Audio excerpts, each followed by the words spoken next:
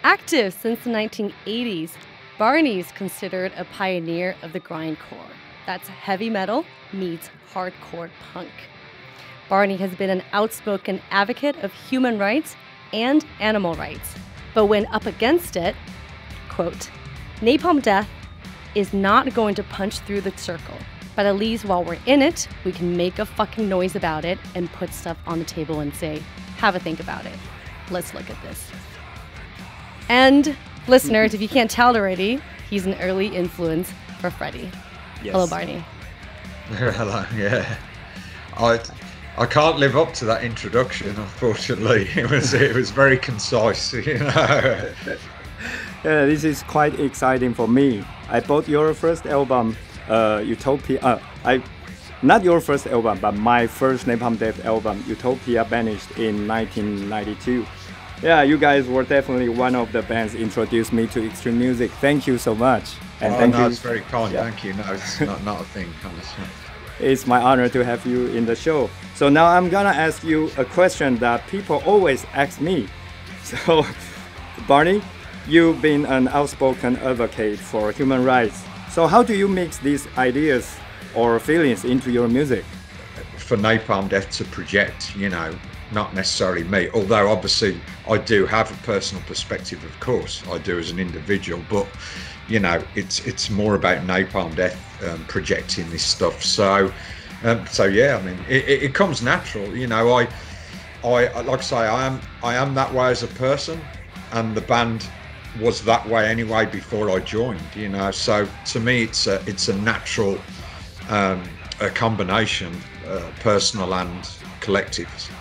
How has it evolved over the years? Have you picked up kind of more topics, more themes, or how does?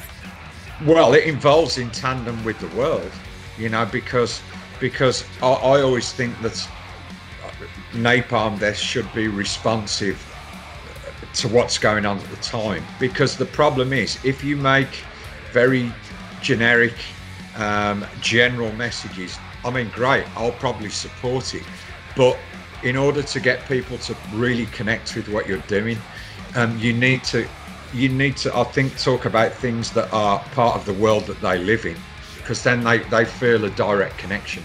You know, if it is really generic stuff, then there's a chance that people will say, well, yeah, okay, it's an anti-war album or something like that, but okay, but it's not really specific to anything. So they're less likely to really engage with it, you know, if they've heard all the topics.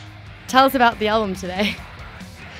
The new album, yeah, I mean, it's as we were talking about earlier on, Napalm Death is reactive and responsive to the world that we live in, the time frame of the album, if you like. So effectively from September 2017 to September 2020, it is fast and furious Napalm Death as it ever was, chaotic sounding, but also sometimes people don't always recognize that the actual Napalm Death influence palette, if you like, is huge. It's very, very wide, you know. Extremity to us, as in extreme music, is not just one or two things. We recorded the album, I was thinking about dehumanized and marginalized peoples, you know, groups of people that live in the population that have always suffered this kind of, you know, dehumanization and separation out from other peoples. But it's got to a different level now. I find that governments are starting to use these tools to increase their power, you know, because we've had quite a significant rise in nationalist, populist ideas and governments in the last 3 to 5 years, you could say. Yeah, I think that's about it. And this is very awesome, and thank you so much. And hopefully that when the borders are open, we can see you tour in Asia and come to Taiwan again. No, you never came to Taiwan. It, you know, we came to Taiwan, yeah, after a Japanese tour 3-4 years ago. The Wall, I think we played. Oh yeah. Oh yeah.